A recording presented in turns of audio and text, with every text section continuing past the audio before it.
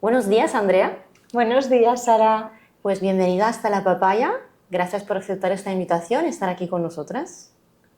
Muchas gracias a ti, es un placer, tenía muchas ganas de venir, ya lo sabes que estaba pendiente desde hace tiempo y ya estamos aquí. Bueno, me alegro. Además, Andrea, vienes de fuera de Barcelona, así que lo agradezco aún más.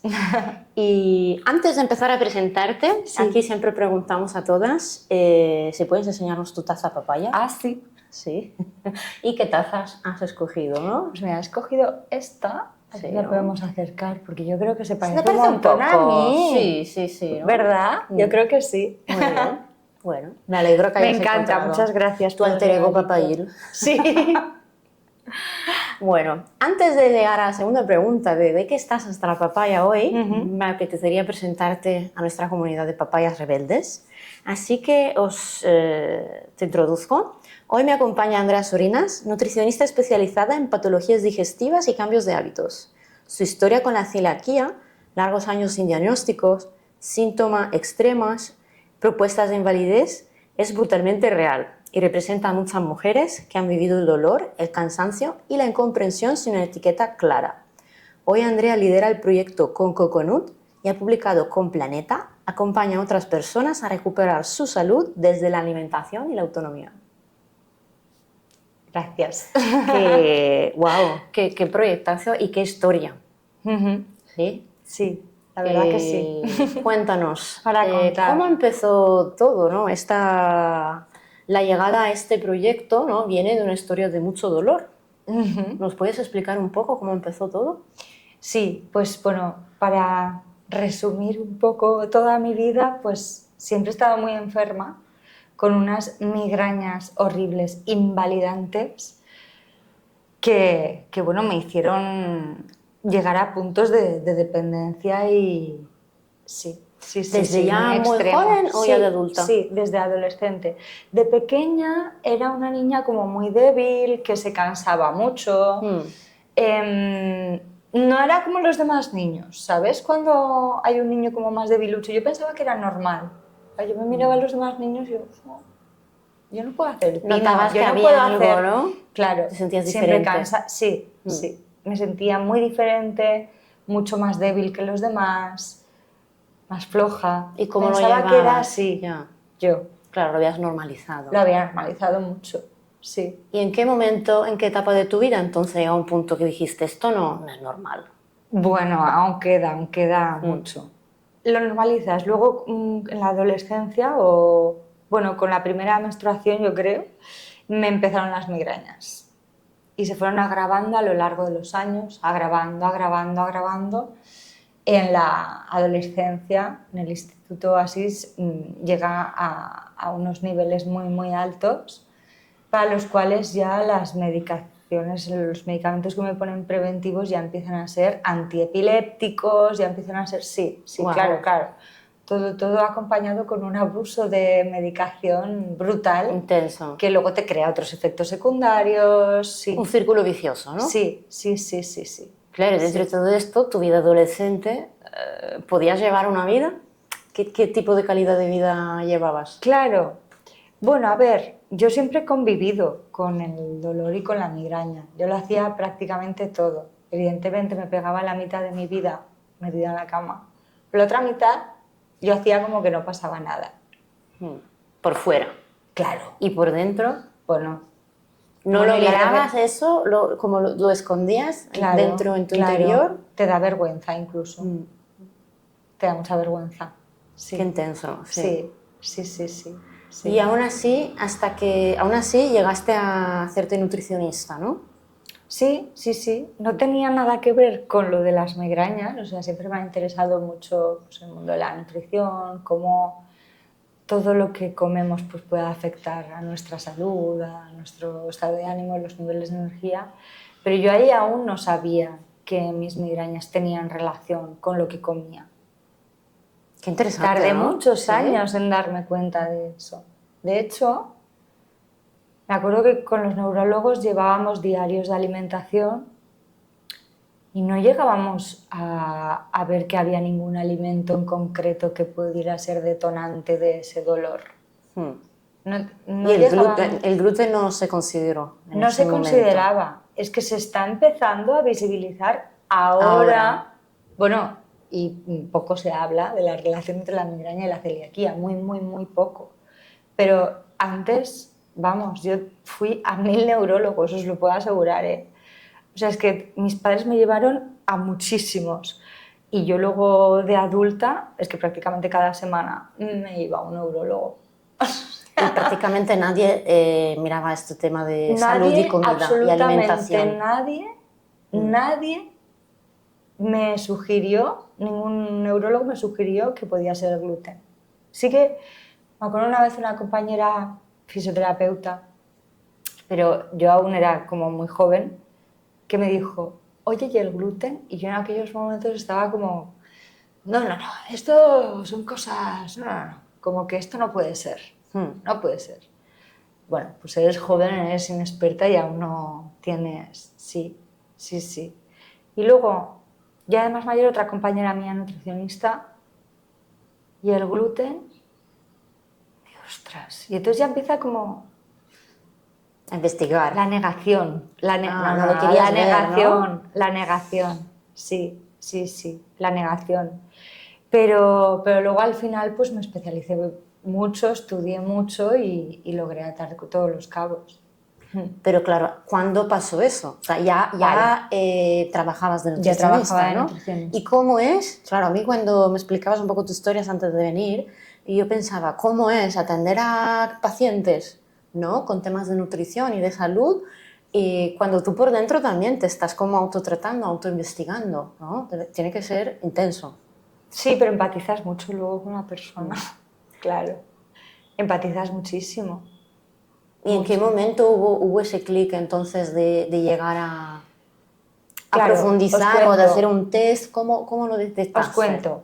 Yo desde pequeña los síntomas que tenía era cansancio extremo, debilidad muscular, hinchazón abdominal, migrañas, que son cosas, estreñimiento, que son cosas que no se asocian a la celiaquía.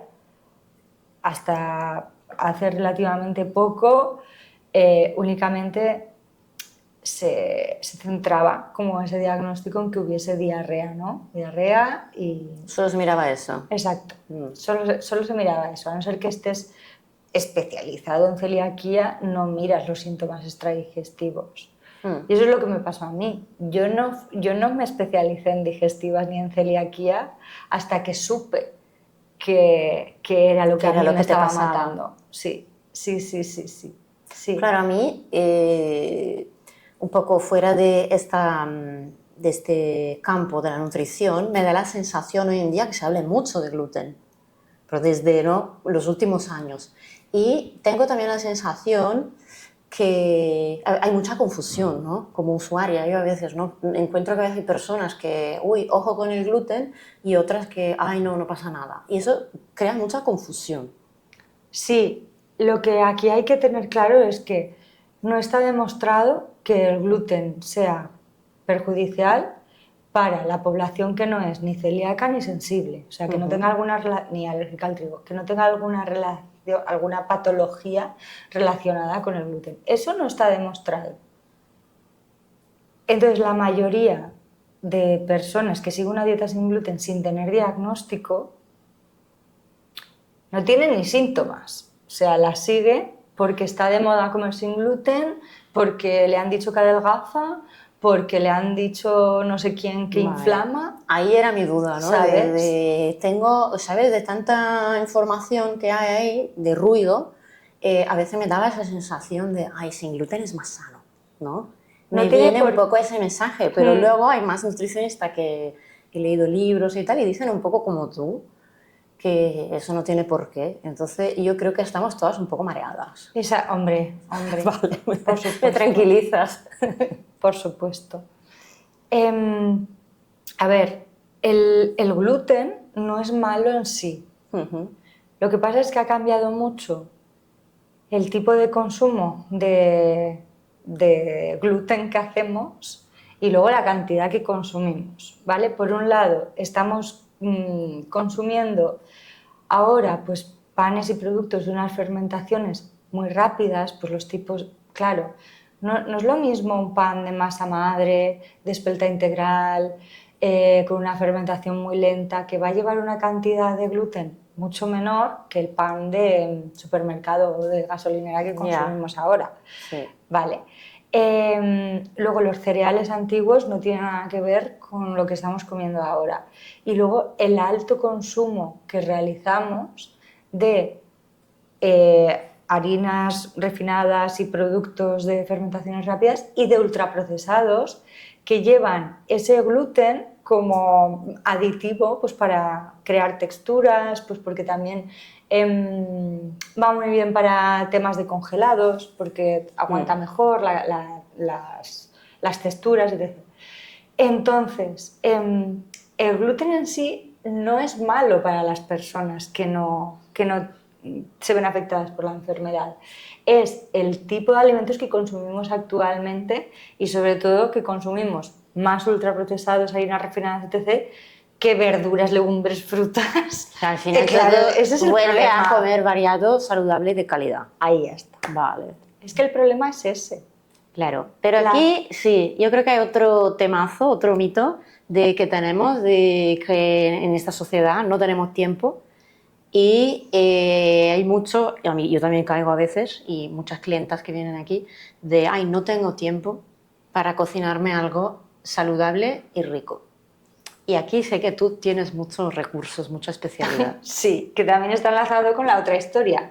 Claro, imaginaros, ya mi etapa de vida adulta, pues empecé a ejercer como nutricionista y es cuando me puse peor, peor, peor, peor, peor. Ahí ya no solo están las migrañas, sino que aparecen los síntomas digestivos, o sea, aparecen las diarreas, los gases, los dolores de estómago brutales.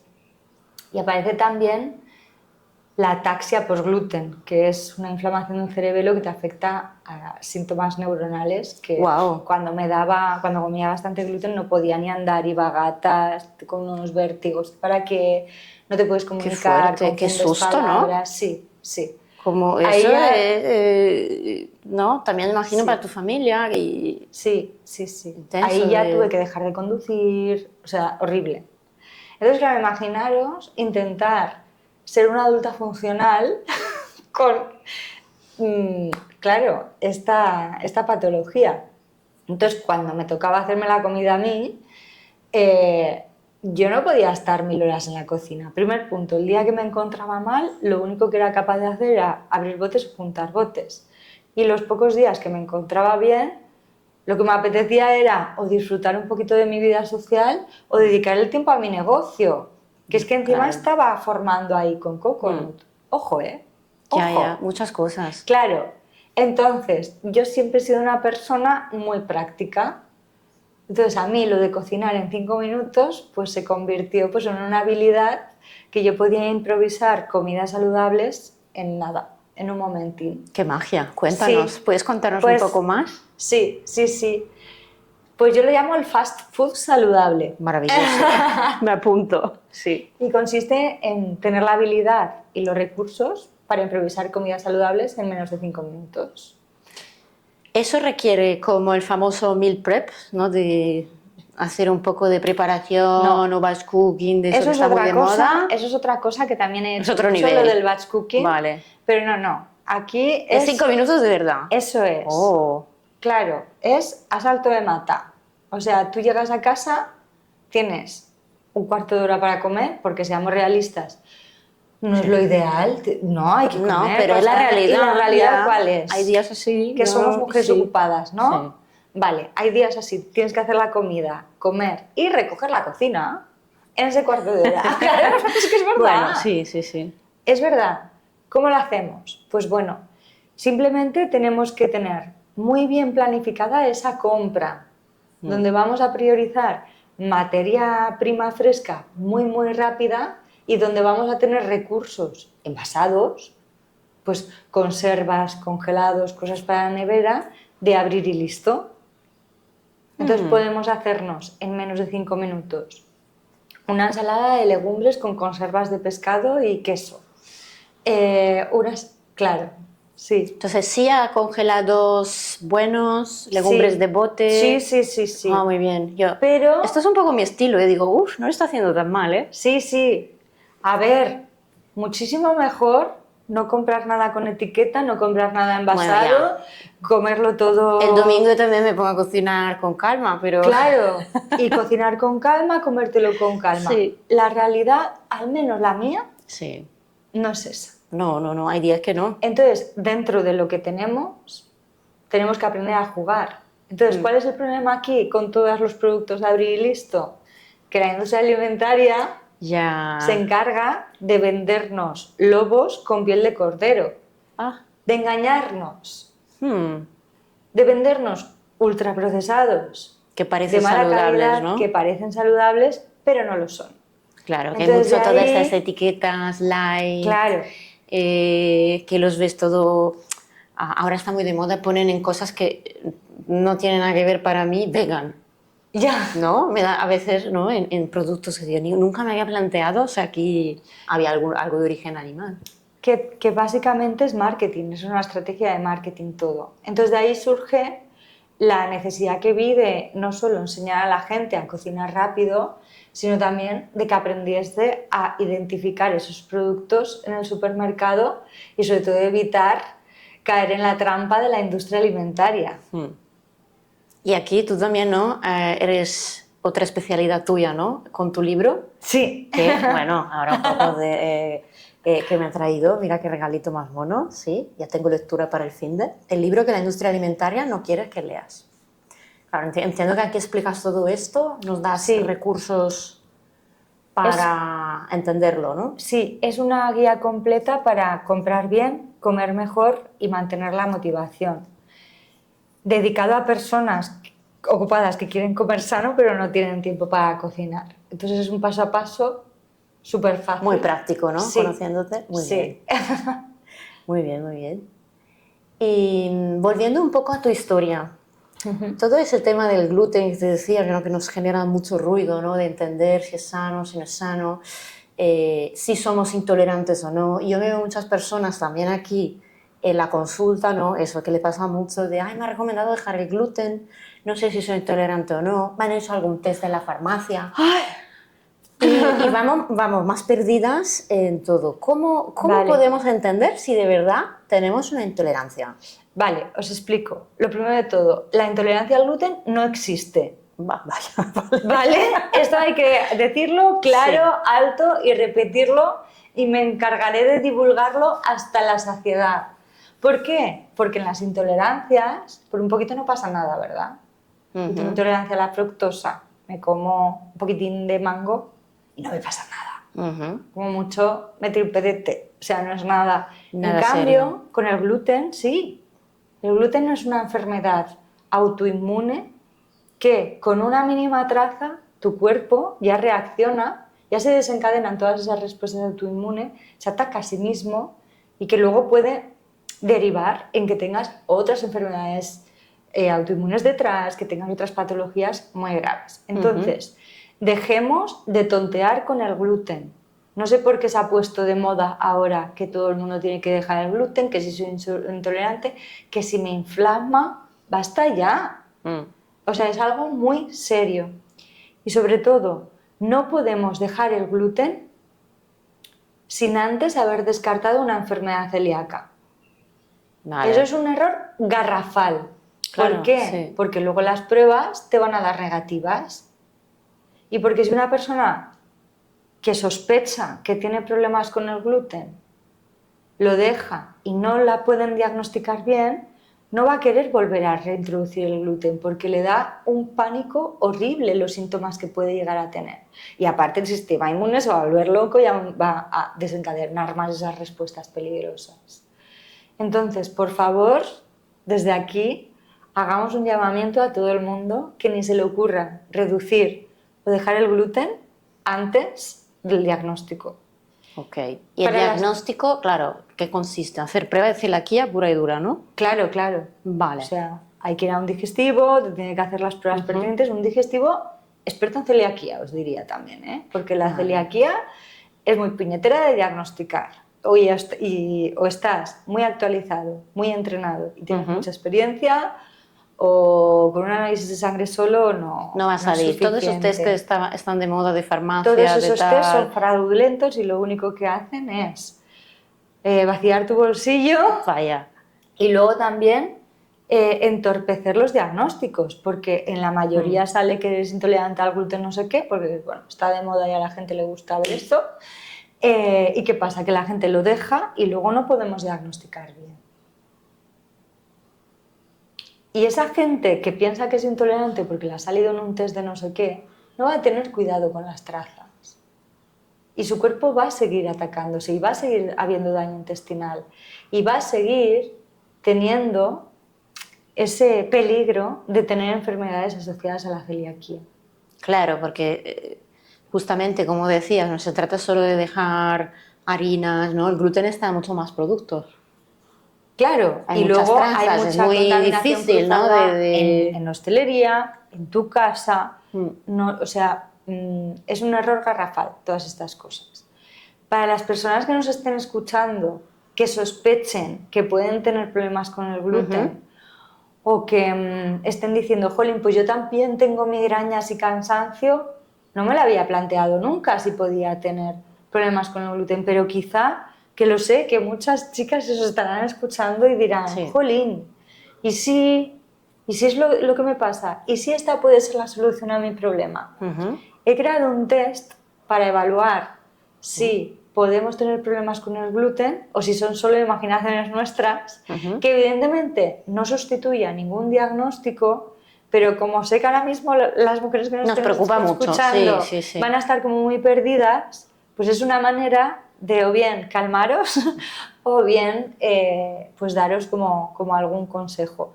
De hecho, podéis responderme con lo que os ha salido en el test y yo os asesoro de lo que tenéis que hacer, dónde tenéis que ir, que Oh, qué guay, sí, eso sí. es. Esto me parece súper útil, muchas gracias, porque, claro, yo veo mucho cansancio crónico, migrañas, muchas mujeres que vienen aquí y claro, podemos pensar a miles de causas, pero al final hay que investigar de manera rigurosa. Y eso puede ser una manera, como has dicho tú, de encarrilarnos, pero también tranquilizarnos.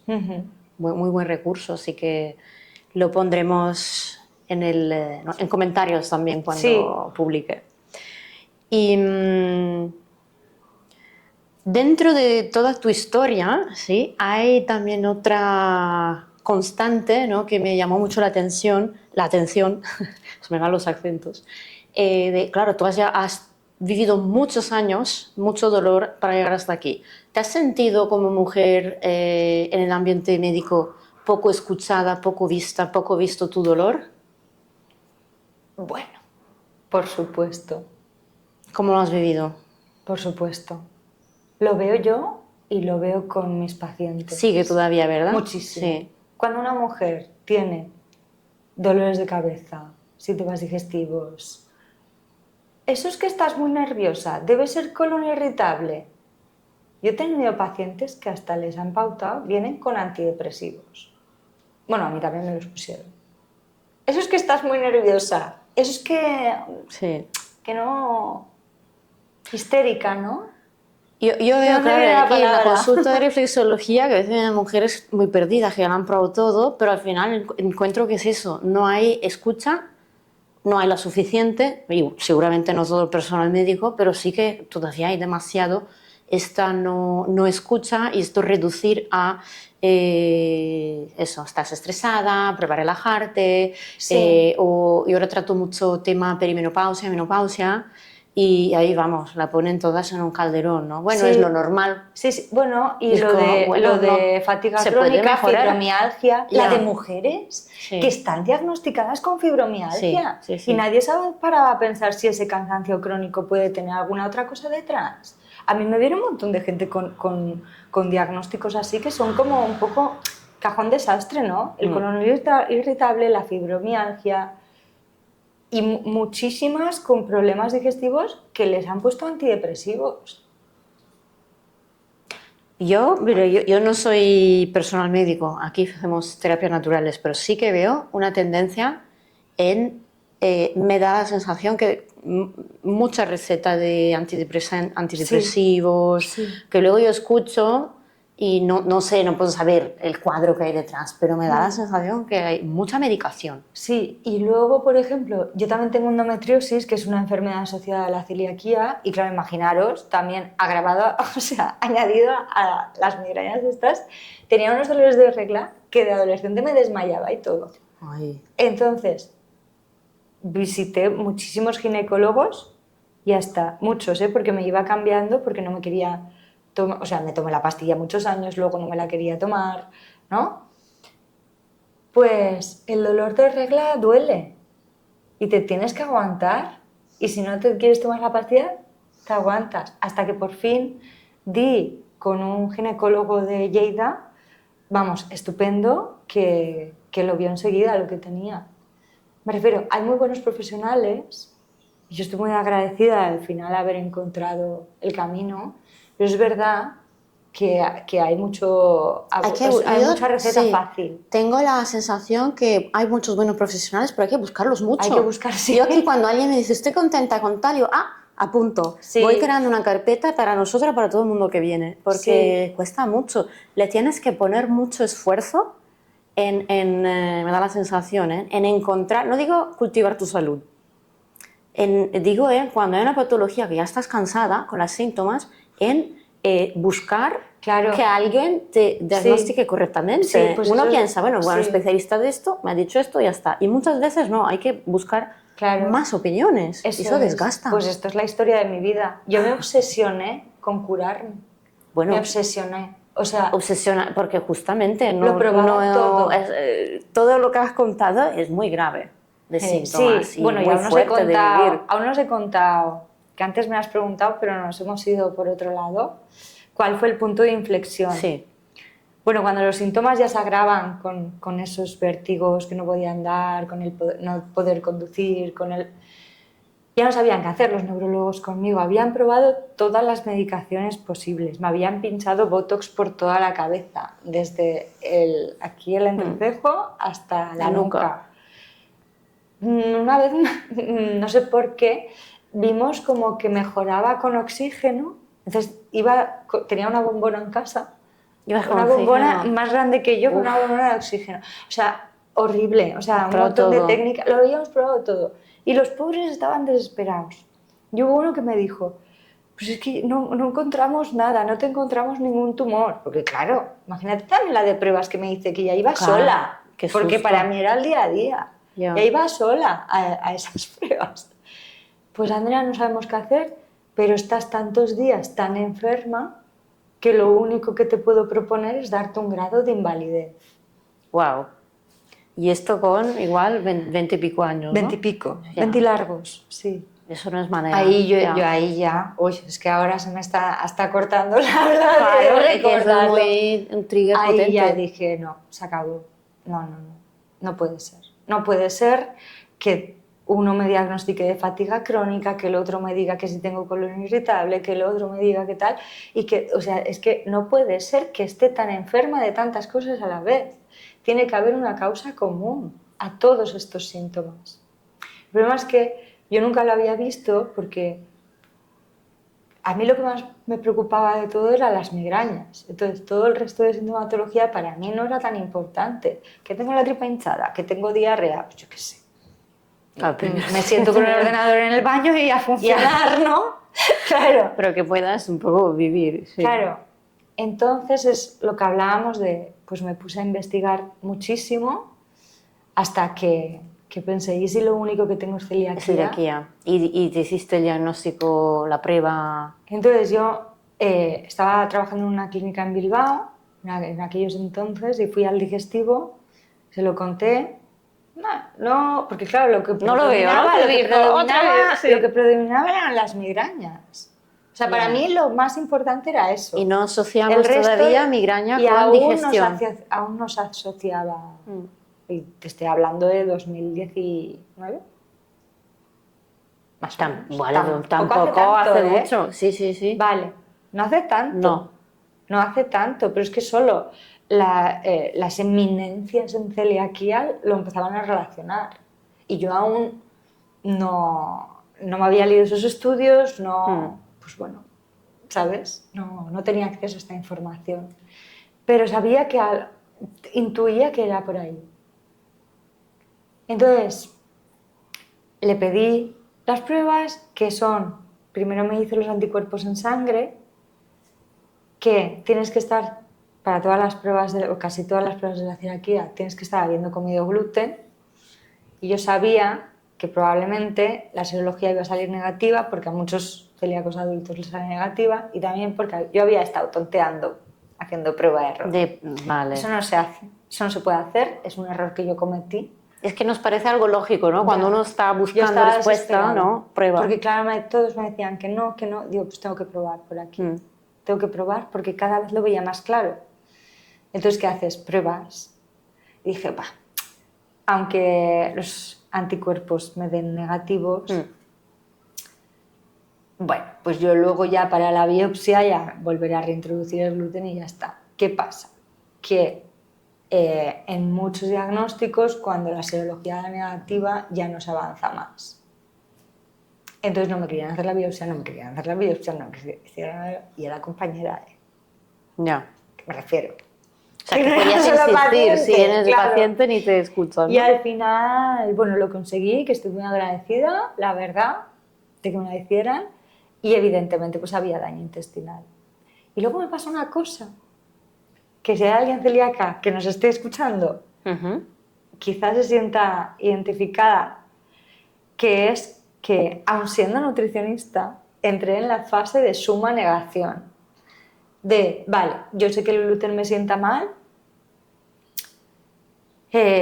voy a reducirlo al máximo, voy a tener unos cuidados con las trazas increíbles, voy a comprar otro tostador, no voy a ir a comer a sitios en los que... Vale, pero yo celíaca no soy. No sé qué pues la fase de negación, y entonces posponía el hacerme el análisis genético, de ver si era portadora del gen o no, que es como la última prueba. Lo pospuse muchísimo. Me pilló la pandemia también de por medio y lo iba Puede ser dejando. Que con tantos años de investigar era como en tu subconsciente no quisiera ver y si era esto lo tenía delante de los ojos, de ¿no? alguien.